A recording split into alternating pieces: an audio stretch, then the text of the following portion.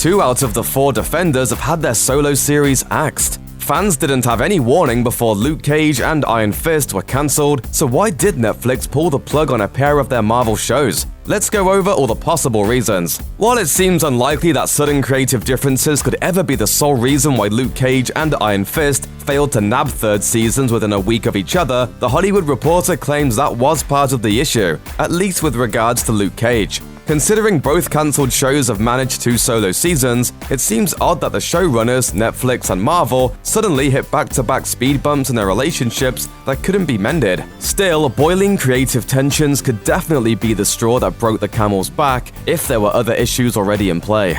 Speaking of play, it's not a stretch to imagine that the impending arrival of Disney's streaming service, Disney Play, is likely throwing a huge monkey wrench into the works for all of Disney and Netflix's joint TV properties. Given that Disney Play is arriving in 2019 and is set to be the exclusive host for almost all of Disney's original content, including Star Wars and Marvel projects, it makes sense that this might be the first move by Disney to bring its boys home. Since the company has already reclaimed Danny and Luke, perhaps Disney is also gearing up to take back Daredevil, Jessica Jones, and Punisher once those properties' outstanding Netflix obligations have run their course. If Disney really is terminating shows with Netflix in order to have all its Marvel eggs in one basket, the question remains, what will Disney actually do with them? The whole point of the Netflix shows was to be an outlet for grittier stories within the Marvel universe. If Disney doesn't want to bring that kind of edge over to their family-friendly streaming service, could this be the end of Luke Cage and Iron Fist for good?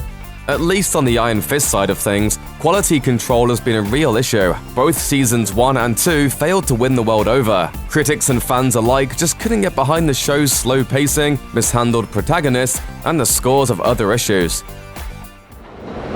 You're scared? No.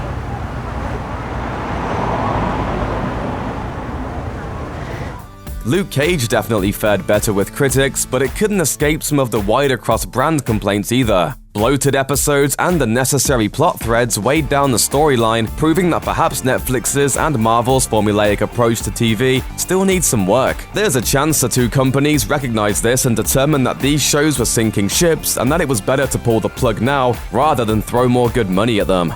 After Matt, Luke, Jessica, and Danny received their big team-up season with the Defenders, fans of the Netflix Marvelverse got excited about future cross-brand opportunities. Would we get another team-up round with the Defenders Season 2? Would the street-level heroes finally make some sort of appearance in the Marvel Cinematic Universe? These questions swelled through fans' minds until nothing happened. No 2nd season of The Defenders ever materialized, and the MCU still hasn't so much as admitted the existence of the Netflix show's characters.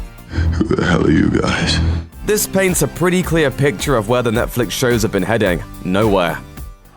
You're going nowhere! There's still no Defenders Season 2 in sight, and it's not like Matt Murdock and his crew are going to get a big screen spotlight in a Marvel movie. When you combine that with everything else, it's no surprise Netflix and Marvel saw little consequence in ending half of the B-list Avengers solo runs. Netflix doesn't release viewership numbers publicly, so there's no way of knowing whether those figures had a major impact on the decision to end Iron Fist and Luke Cage. Still, between oversaturation and brand stagnation, there might very well have been a dip in viewership. Across all of Netflix's Marvel shows, 11 seasons worth of television were produced and released between 2015 and 2018, with 4 of those seasons debuting in 2018 alone. That's a lot of superhero shenanigans to stuff down Marvel fans' throats, especially when you consider that most of these seasons contained copious amounts of padding and filler.